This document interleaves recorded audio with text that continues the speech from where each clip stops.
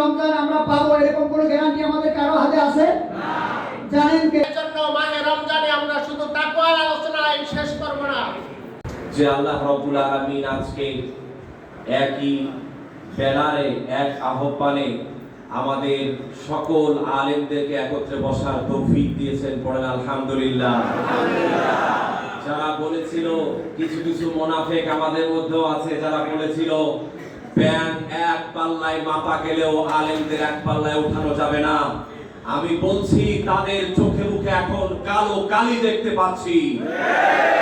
আজকে আলেমরা একত্রিত হচ্ছে, আমার মন বলছে শুধুমাত্র বাংলাদেশ নয়, আলেমরা যদি নেতৃত্বে আসে গোটা পৃথিবী কোরআন দিয়ে শাসন করা সম্ভব।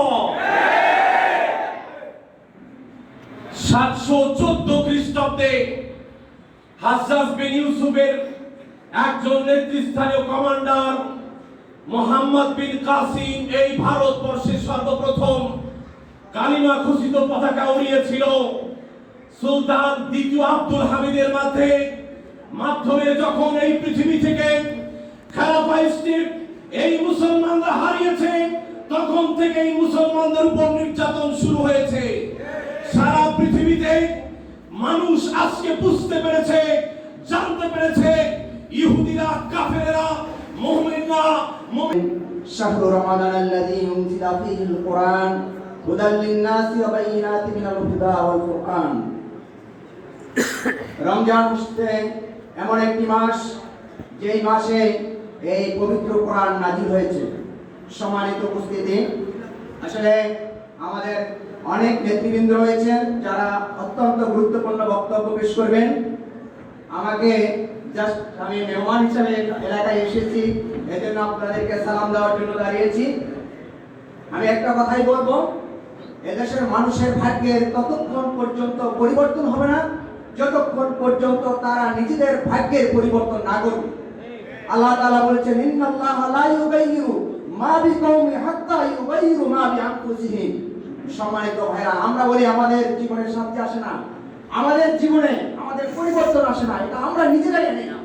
আমরা যদি আমাদের জীবনের পরিবর্তন করতে চাই, তাহলে কোরআনের ঘোষণা অনুসারে আমাদের এমন একটা শক্তিকে ক্ষমতায় আনতে হবে যারা এদেশে নির্যাতিত নিপীড়িত মানুষের সামনে দাঁড়াবে। সম্মানিত এলাকাবাসী, আপনাদের কাছে আশাবাদ ব্যক্ত করে আমার সংক্ষিপ্ত কথা শেষ করছি।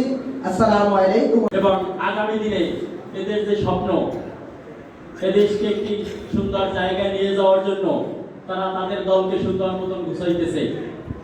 আশা করি এই জুলাই বিপ্লবের মাধ্যমে আগে যে স্বৈর শাসকের চেহারা আমরা দেখছি, আগামী দিনে যেন এই ধরনের আর কোন সরকার না আসতে পারে।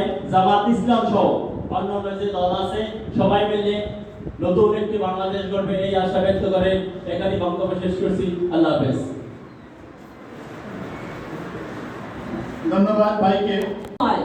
শুধু এরকম অনুষ্ঠান করা তো দূরের কথা, 2 জন 3 জন আলেম ওলামারা, আল্লাহওয়ালারা, দিনদার, পরেজগার, ইমানদার, দাড়িওয়ালা, টুপিওয়ালারা 2 থেকে 3 জন একাত্রে চলা পর্যন্ত তাদের ছিল খুব ঝুঁকিপূর্ণ। ঠিক না বেঠে?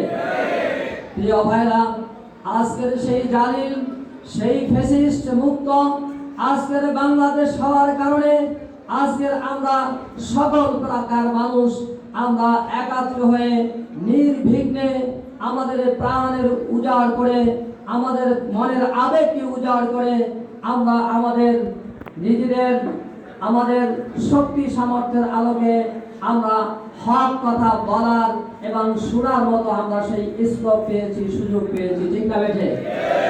প্রিয় ভাইরা, এই জন্য এই অবস্থার সৃষ্টি কে করে দিয়েছেন?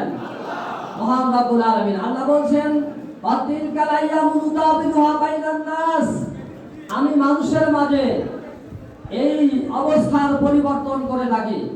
এটা এই জন্য আমি পরীক্ষা করে থাকি যাতে করে জালিমেরা তাদের জালিমকে বন্ধ করে কিনা, আর মাজলুমেরা তাদের মাজলুমের উপরে সবর ইখতিয়ার করে, তারা ধৈর্য ধারণ করে দিনের উপরে তারা ইস্তেকামাত থাকতে পারে কিনা।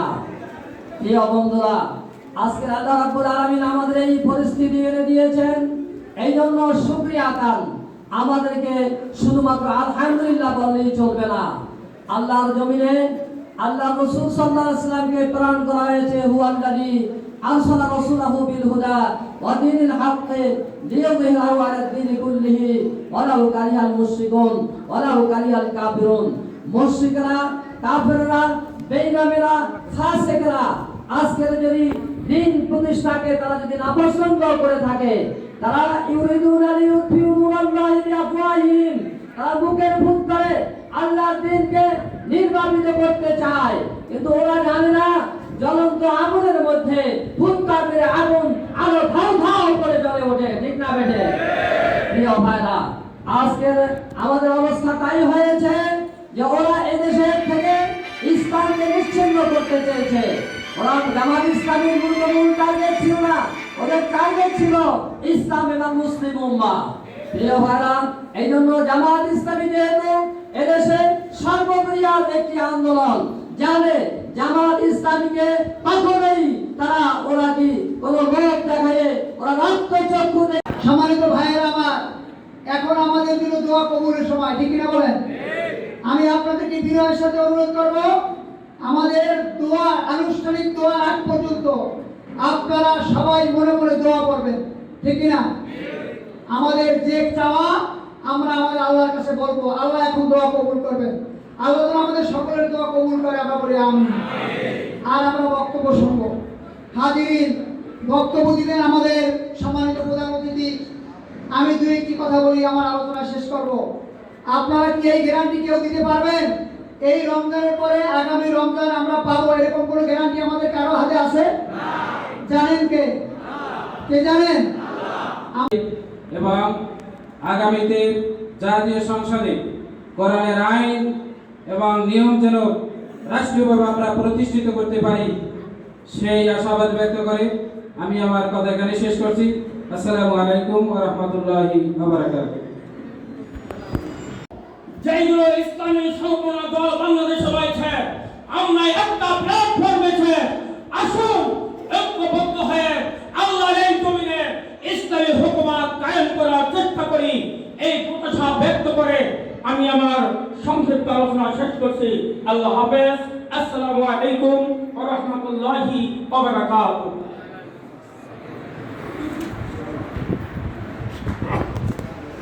شهر رمضان الذي أنزل فيه القرآن هدى للناس وبينات من الهدى والفرقان। রমজান হচ্ছে এমন একটি মাস যেই মাসে এই পবিত্র কোরআন নাযিল হয়েছে। সম্মানিত উপস্থিতি, আসলে আমাদের অনেক নেতৃবৃন্দ রয়েছেন যারা অত্যন্ত গুরুত্বপূর্ণ বক্তব্য পেশ করবেন। আমাকে জাস্ট আমি মেহমান হিসেবে এলাকায় এসেছি, এজন্য আপনাদেরকে সালাম দেওয়ার জন্য দাঁড়িয়েছি। আমি একটা কথাই বলবো, এদেশের মানুষের ভাগ্যের ততক্ষণ পর্যন্ত পরিবর্তন হবে না যতক্ষণ পর্যন্ত তারা নিজেদের ভাগ্যের পরিবর্তন না করবে। আল্লাহ তাআলা বলেছেন, ইন্নাল্লাহা লা ইউগাইয়িরু মা বিকাউমি হাত্তা ইউগাইয়িরু মা বিআনফুসিহিম। সম্মানিত ভাইরা, আমরা বলি আমাদের জীবনে শান্তি আসে না, আমাদের জীবনে আমাদের পরিবর্তন আসে না, এটা আমরা নিজেরাই আনি না। আমরা যদি আমাদের জীবনের পরিবর্তন করতে চাই, তাহলে কোরআনের ঘোষণা অনুসারে আমাদের এমন একটা শক্তিকে ক্ষমতায় আনতে হবে যারা এদেশে নির্যাতিত নিপীড়িত মানুষের সামনে দাঁড়াবে। সম্মানিত এলাকাবাসী, আপনাদের কাছে আশাবাদ ব্যক্ত করে আমার সংক্ষিপ্ত কথা শেষ করছি। আসসালামু আলাইকুম ওয়া রাহমাতুল্লাহ।